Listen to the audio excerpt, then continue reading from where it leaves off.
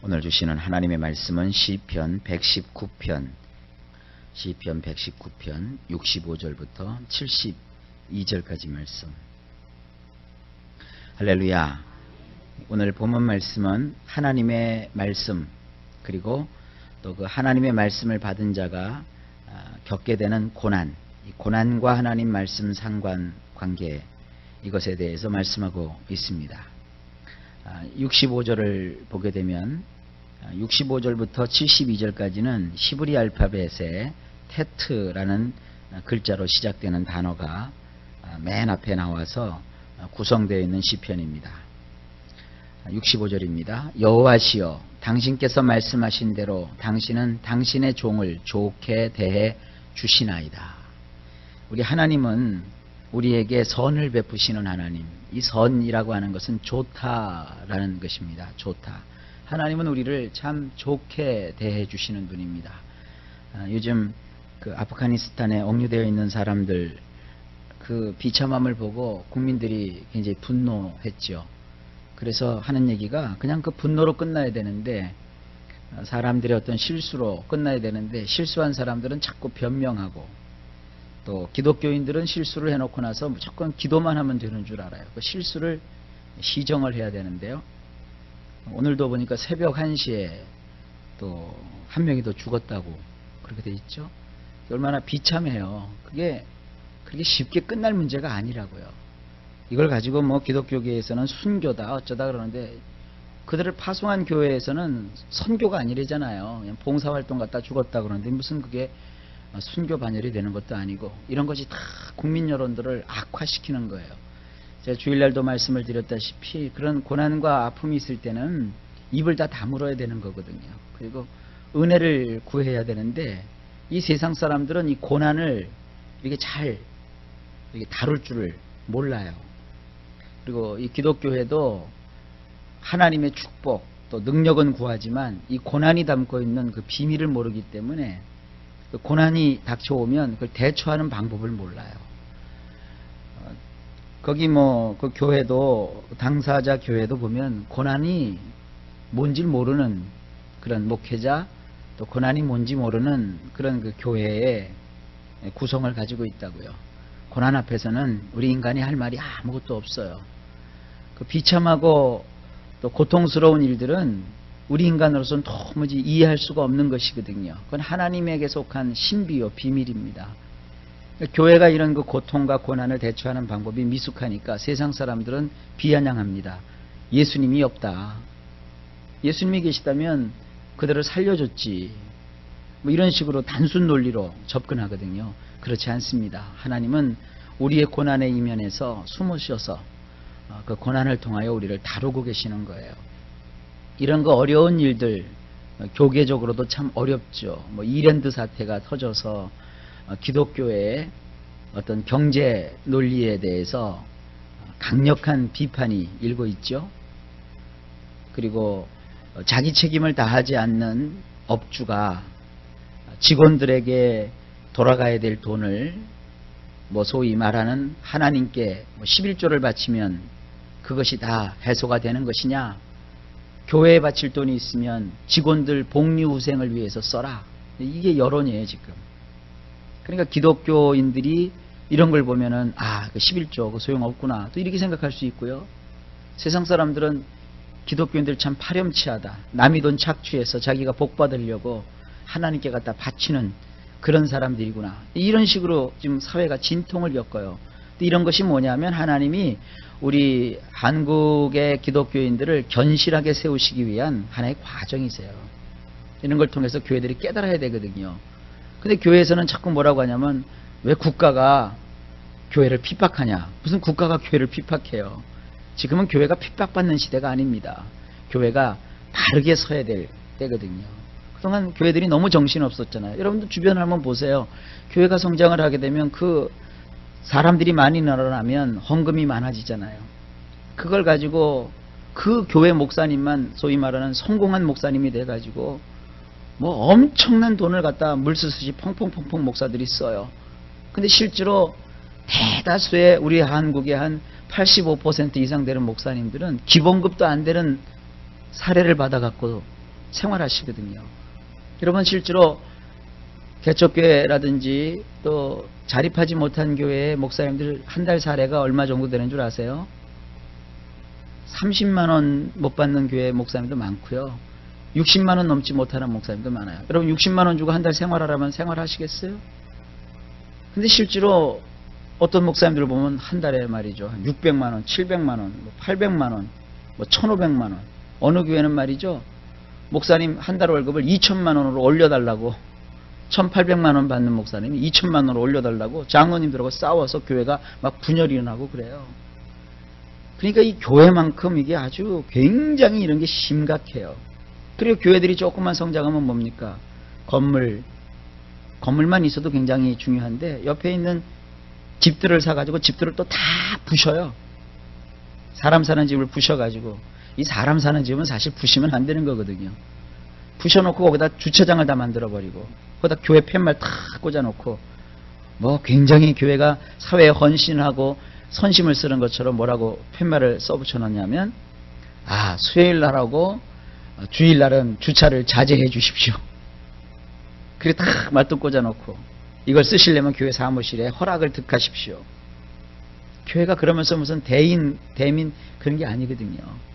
교회가 주차장도 필요하고 건물도 필요한데 지금 한국교회는 다 그런 쪽으로만 흘러가고 있어요. 한동안 또 한국교회가 수양관 짓기 운동을 했었거든요. 교회가 좀 하면 뭐 시골에다 땅 사갖고 수양관 짓고 수양관을 뭐 몇백억씩 들여서 졌어요. 근데 저놈은 뭐래요? 호텔이나 콘도 같은 게 더 좋거든요. 그러니까 처음에 저놈은 새 건물이다 그래서 가지만 사람들이 불편하거든요. 호텔이나 콘도 가면 얼마나 편해요. 그러니까 교회가 수양관 줘놓고 나서 그냥 놀리고 있어요. 여름이나 겨울에 뭐 수양회나 하고 뭐 그러고 끝난다고요. 그러니까 세상 사람들이 이런 교회들의 모습을 보면 온통 한국 교회가 다 그렇다고 다 그냥 넘겨버렸어요. 그리고 이 전도하는 방법도 보면 우리가 복음을 전하고 사람을 사랑해서 하나님께로 그 영혼들을 인도해야 되는데 한국 교회가 무분별하게 막 협박성 전도를 하죠. 예수를 믿으면 천국 가는 건 당연하죠. 왜 천국만 전파해도 좋잖아요. 근데 너 그딴 식으로 너희들 세상을 살면 지옥 간다. 벌 받는다. 그게 처음엔 통해요. 근데 사람이라고 하는 게요. 이 협박을 받으면 왜 여러분 우리 속담에도 있잖아요. 쥐도 궁지에 몰리면 문다고 그러잖아요. 고양이한테 덤빈다고 하잖아요. 그러니까 기독교가 지금 이런 역사의식이 없는 거예요. 그러니까 뭐 도월 김용옥이라든지 또 여러 사상가들이 나와가지고 기독교를 맹공격을 하는 거예요. 그러니까 이런 그 현실 속에서 또 이런 또 선교에 관련된 지금 교회마다 선교 난리잖아요. 저희가 서울의 개척을 또 시작을 하고 교회를 시작한 것은 선교를 위한 것인데 그냥 보통 그렇게 하는 선교처럼 하려고 그랬으면 제가 이런 일을 시작도 안 하죠. 이런 선교의 빈 공간을 정말 선교가 바람직한 방향으로 나가야 되는데 그러지 못하는 것을 안타깝게 여겨서 하나님 우리에게 기회를 주십시오 하는 마음으로 선교는 해야 되는 거거든요. 근데 지금 이렇게 돗대기 시장처럼 말이죠. 막 자기 자신을 자랑하고 증거하는 이런 선교가 되어서는 안 돼요. 아주 오랜 옛날입니다. 한 2, 3년 됐어요. 전주에 가보면 안디옥 교회라고 깡통교회가 있어요. 깡통교회. 왜 깡통교회냐면 교회가 목사님이 그 선교의 열정을 가지고 선교를 하시는데 바울 선교회라고 구성이 되어 있어요. 근데 그 교회에 교인들이 한 5, 6천 명 모이는 교회예요. 그러니까 뭐 돈도 많고 여력도 있는데 그 교회는 교회를 짓질 않는 거예요. 비싼 돈 들여서. 그래서 그 교회를 옛날 왜 그 군 막사 깡통으로 되어 있는 거 있잖아요. 함석판으로 된 군 막사를 그대로 갖다가 교회가 이렇게 해놓고 거기서 이제 예배를 드리는 그런 교회라 해서 깡통교회라고 해요. 거기는 비 오는 날 예배당 들어가면 재밌어요. 빗방울 떨어지는 소리가 다 들려요. 우두둥 우두둥 우두둥. 그러면서도 교회가 참 많은 일을 하시는데 거기가 선교를 참 진지하게 계획성 있게 12년 전에 제 눈으로 봤을 때는 정말 잘했어요. 근데 그때 우리 대전에 우리 이행재 목사님이 그 선교팀들과 함께 동남아시아와 또 인도를 이렇게 순방을 하고 선교를 하고 돌아오셨어요. 그때 목사님을 맞으려고 그 당시에는 김포공항이었죠. 김포공항에 우리 성도님들과 함께 목사님 마중 나가러 갔어요. 갔는데 세상에 어느 교회에서 우리 목사님 선교 성공하고 돌아오다. 그래가지고는 뭐 피켓을 들고 막 성도들이 나와서 뭐 이렇게 해요. 근데 보니까 어떤 뭐 이게 좀 목사한 사람이 신사복 착 차려입고 뭐 007 가방 들고 선글라스 탁 끼고 여러 사람하고 대동해서 김포공항 거 출국장석에 나오더라고요. 그러니까 막 사람들이 사진을 찍고 뭐 이러면서 무슨 자기가 뭐 연예인인 것처럼 그리고 그냥 피켓을 들고 무슨 선교 축 선교 이러고 찍고 왔어요. 그러니까 제가 볼 때 아주 볼상사납더라고요.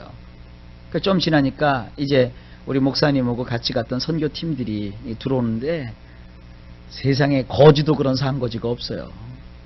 한쪽은 막 으리삐까 번쩍해갖고 뭐 무슨 필리핀 무슨 뭐 어디 선교 어디 다녀왔다 그리고 선글라스 탁 끼고 007 가방에다가 이렇게 오는데 우리 그 바울 선교회 팀들은 깨재재하게 옷 입고 얼굴이 다 새까맣게 타고 남자 목사님들은 수염이 숭숭숭숭숭 수염도 못 갖고 아주 촉한 그 지친 모습을 가지고 뭐 여행 가방도 왜 조그만 그 백 있잖아요. 이렇게 보통 들고 다니는 거. 그거 이렇게 하고 나오시더라고요. 얼마나 대조가 되는지요. 한쪽은 그게 선교 아니라 관광이죠. 그게 한국교회의 모습이었어요. 정말 진지하고 정말 이름도 없이 빛도 없이 좋은 일을 하고 오신 분들은 초라하기 그지없고요. 한쪽 사람들은 놀러 갔다 왔으면서 무슨 선교라는 이름으로 그렇게 떠들썩복적한지 제가 그걸 그때 봤는데 그 뒤에 이제 그런 것이 전파가 되니까 기독교인들이 외국 나갔다 오는 게 무슨 유세예요. 그래서 뭐 선교. 그러다가 이런 일이 탁 이제 닥치면 한국교회가 조심하죠. 아, 이 선교 이렇게 함부로 할 수 있는 것이 아니다 하고 선교를 재고하게 되고 또 한번 돌아보게 되고 교회마다 이제 신중해지게 되겠죠. 우리 같이 장로교회는 당회에서 선교 허락을 이렇게 허락 이제 내주면 안 되죠. 정확하게 알아보고 그래서 현지 사정을 알고 이렇게 해서 이 선교들이 이제 진행이 되어야 되겠죠. 그러나 어쨌든 지금은 발등에 떨어진 불이란 말이에요. 이거 꺼지기가 참 힘들 것 같아요. 왜냐하면 아예 걸려도 아주 혹독한 데 걸린 거예요. 여러분 옛날에 그 미국이 베트콩과 베트남에서 전쟁을 치르면서 졌잖아요. 이 아프가니스탄은 말이죠. 미국과 베트콩의 관계처럼 소련과 아프가니스탄과 그런 관계거든요. 이 탈레반이라고 하는 사람들이 굉장히 치밀한 사람들입니다. 그리고 전쟁에 능한 사람들이고요. 옛날 우리나라의 그 빨치산 같은 그런 존재들이에요. 그러니까 이게 쉽게 될 수 있는 일이 아닙니다. 미국이 나서지 않으면 이거 절대 해결 안 됩니다, 사실. 근데 미국은 지금 나서지 못하고 있어요. 왜냐하면 미국이라는 나라가 굉장히 신중한 나라거든요. 자기 나라에 이익이 되면 달라붙지만 그렇지 않으면 괜히 나타나서 국제 분쟁을 일으킬 필요가 없어요. 사실은 이 탈레반도 미국이 굉장히 지원해줬던 그런 세력이었거든요. 구소련을 무너뜨리려고. 그런데 탈레반을 지원해줬는데 나중에 보니까 탈레반은 미국이 좋아서 미국과 함께 있었던 것이 아니라 자기의 어떤 목적과 이익을 위해서 애썼던 사람들이라 이제 미국과의 관계가 필요 없으니까 이제는 미국의 암적인 요소가 되고 말았어요. 어쨌든 이런 일들을 보면서 우리가 많은 것을 깨닫게 됩니다. 우리 인생도 마찬가지입니다. 하나님의 뜻을 이해하고 또 우리가 하나님의 뜻대로 하나님의 법대로 살아가는 것이 그렇게 쉬운 문제가 아니에요. 여러분 생각할 때 하나님은 살아계시다고 하니까 내가 뭐 요청만 하면 오냐 다 그렇게 금방금방 해주시는 분 같지요. 여러분 그런 것이 잘못된 가르침이 되는 거예요. 항상 신앙은 뭐가 있어야 되냐면 인내가 있어요. 여러분 밥을 해도 말이죠. 배고프다고 여러분 밥통에다가 그냥 쌀 넣고 물 붓고 바로 먹어요? 밥을 안 치기 전에도 쌀을 씻어야 되죠. 쌀도 골라야 된다고요. 옛날 참 어르신들은 밥을 할 때도 보면 옛날에 그 쌀이 지금보다 품질이 안 좋았죠. 이렇게 해서 그 쌀 이게 뭐죠? 그 이렇게 예 물에다 붓고 쌀을 이렇게 씻자고요. 쌀을 씻어가지고 그 쌀 씻는 그 통도 옛날에는 이렇게 올록볼록 했잖아요. 거기다 이렇게 쌀 깨끗하게 씻어서 물 몇 차례 내리고 그리고 채로 이렇게 착착착착착 해서 이제 돌 같은 거 다 건져내서 그 준비하는 시간만 해도 꽤 걸려요. 그리고 거기다 밥을 안 주고 불을 떼서, 불도 옛날에는 일일이 조종을 했다고요. 센 불, 중간 불, 약한 불, 뜸 들여서 말이죠. 그리고 나서 밥을 우리가 해서 먹는 거라고요. 시간이 걸리는 거예요. 참아야 돼요. 근데 요즘 사람들은 참질 못해요. 요즘 젊은 분들 그렇게 밥 안 해 먹습니다. 햇반. 근데 햇반도 여러분 그 사다가 그거 전자레인지에 돌리는 시간이 있어요. 5분이나 뭐 몇 분 기다려야 돼요. 근데 그것도 또 요즘은 뭐 라면도 뭐 컵라면, 뭐 요즘은 또 바로 부면 바로면 그래갖고 물 바로 부면 또 먹고 말이죠. 그러니까 뭐든지 다 그렇게 해야 되는 줄 알아요. 하나님께 기도할 때도 말이죠. 하나님은 기도하시면 들어주시는데, 여러분 아브라함은 하나님 앞에 약속을 받고요. 75세에 내가 아들을 너에게 주겠다. 그러고 나서 25년을 기다렸어요. 모세는 하나님께 붙들림을 받고 부르심을 받고 40년을 기다렸어요. 하나님도 요즘 세상이 빨리 돌아가시는 걸 아셔요. 그래서 적어도 기도하면 한 1년은 더, 한 10년은 기다릴 줄 아는 그런 마음이 있어야 되는데, 요즘 사람들은 말이죠, 하나님께 막 기도요. 다 끝난 다음에 그래요. 해줄 줄로 믿습니다. 그래놓고 일어나면서 아니면 말고요 하고 나와버려요. 하나님도 말이죠, 우리 인생이라고 하면 신발이라도 좀 신어야 될 거 아니에요. 우리를 도와주시려면 하나님은 신발끈이라도 좀 묶으셔야 될 거 아니에요. 하나님도 좀 생각하셔야 될 거 아니에요. 그냥 우리가 따다다다다 질러놓고 로또 복권 사놓고 하나님 로또 복권 당첨되게 하여 주시옵소서. 그리고 그것도 꼭 언제 사요? 토요일날 아침에 사가지고 저녁 때 하나님은 왜 이렇게 나를 재수없게 하십니까? 또 찢어버리고. 이런 그런 거 신앙 아니에요. 복권을 통해서 내가 일확천금을 누리겠다고 하는 것 자체가 그게 사행심이고 좋지 않은 거예요. 우리 예수 믿는 사람은 땀 흘려 내가 수고하고 애써서 거두어 드린다는 농부의 마음과 또 추수 때까지 기다리고 인내하는 농부의 인내를 가져야 돼요. 그래서 욥기가 있는 거예요. 그러다 보면 하나님께서 복을 주실 때가 있어요. 그러면 정말 그때는 뭐 로또도 당첨되기도 하실 수 있는 거예요. 우리의 인생 속에 하나님은 기다리는 자에게 기적을 주시는 겁니다. 주님이 오병이의 기적을 행하실 때도 그랬잖아요. 그 많은 무리들에게 갑자기 먹을 것을 하늘문을 열어서 쏟아부어 주지 않으셨어요. 우리 주님은 어떻게 하셨어요? 50명씩 앉히셨어요. 그리고 그들을 향하여서 기다리게 하셨어요. 그리고 오병이요, 보리떡 5개와 물고기 2마리를 주님이 손수 이렇게 손에 받치셔서 기도하시고 그걸 떼어서 제자들에게 주셨어요. 한번 생각을 해보세요. 5,000명이 먹을 것을 주님이 직접 떼서 제자들에게 주셨어요. 그럼 제자들은 그걸 가져다가 각자가 가져다가 5,000명이 되는 사람들에게 나누었단 말이에요. 시간이 걸려요. 기다려야 돼요. 참아야 돼요. 그러면서 하나님은 역사를 이루시잖아요. 우리의 모든 범사는 말이죠, 너무 서두르지 마세요.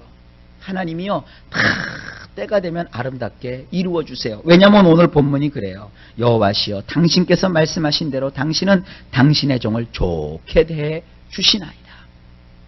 하나님이 여러분을 좋게 대해 주시는 것을 믿으십시오. 66절, 선한 것을 분별하여 알 수 있도록 나를 가르쳐 주소서. 그러면 나는 당신의 계명들을 믿을 수 있을 것입니다. 67절, 내가 고통을 당하기 전에는 곁길로 빗나갔으나 이제는 당신이 하신 말씀을 나는 지키나이다. 이 고난의 신비, 또 침묵의 어떤 그 은총, 이런 것을 말이죠, 현대인들은 잘 몰라요. 그래서 이 기독교 신앙을 말이죠, 잘못 보게 되면 이렇게 볼 수 있어요. 계시지도 않는 하나님을 계시는 것처럼 바보같이 믿고 있는 자들, 이런 식으로 사람들이 기독교 신앙을 폄하할 수 있어요. 그러나 그렇지 않습니다. 하나님은 우리 인생을 다루시는 법을 너무너무 잘 알고 계세요.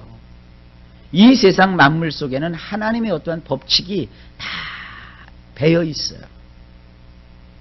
아기를 배도 아기가 배자마자 그냥 나와요?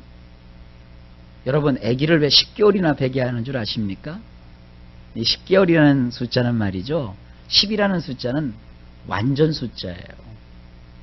아니, 아기를 하나님은 1년 동안 12개월 동안 베게 하실 수도 있잖아요. 또 6개월 동안 베게 하실 수도 있잖아요. 아기를 여인이 베서 10개월 동안 품는 가운데 뭐가 되냐면 엄마가 되는 거예요. 여러분, 이렇게 주변에서 아기를 몸 아파서 배 아파서 낳으신 분과 아기를 낳아보지 않은 사람과 여러분 한번 비교해 보신 적 있나요? 여인은 아기를 베서 아기를 몸에 품고 10개월을 지나는 동안에 여인에게서 어머니가 되는 거예요. 여러분, 아기 뵐 때 얼마나 고통스러우셨어요. 임신이 확인되는 순간 얼마나 기쁘셨어요. 그러나 그 임신하고 나서부터 입덧이 시작되죠.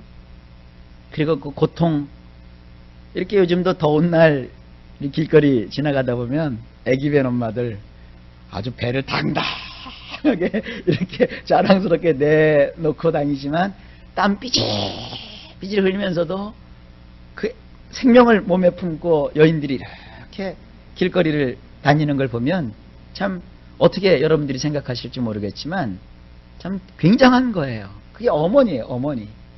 여인은 약하지만 어머니는 강하잖아요.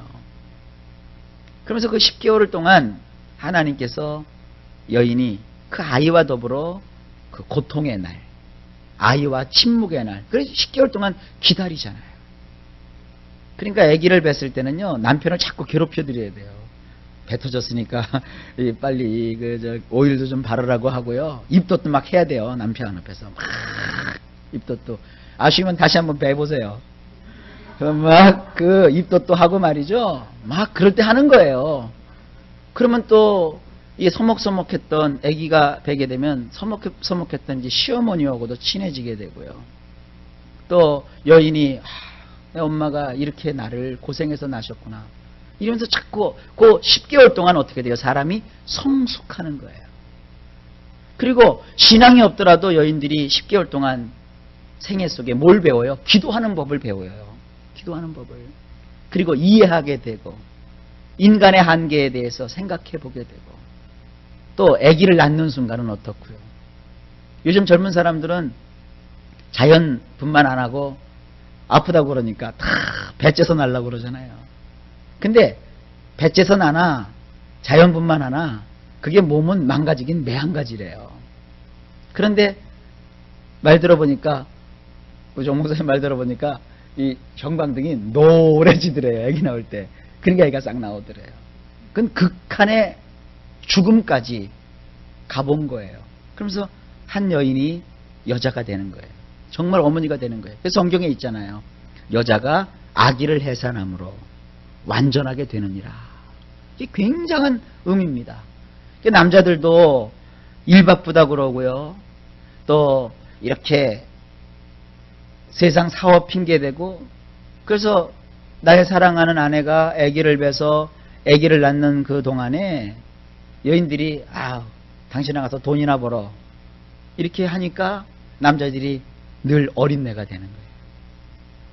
그 아내의 임신부터 출산까지의 과정을 남편들이 함께 하라고 그러잖아요.